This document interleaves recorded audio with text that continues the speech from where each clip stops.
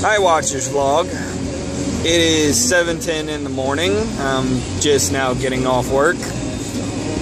For all you fans out there that don't live in Louisville, what you might need to be caught up on is that we recently had a blizzard to where we had about a foot of snow. Well, we finally get it cleared out, and I go to work, and then by the time I get out of work, the ground's all covered again and the streets are covered again. So it's a hassle getting home, and now I'm stuck behind a grandma going about 25 miles an hour.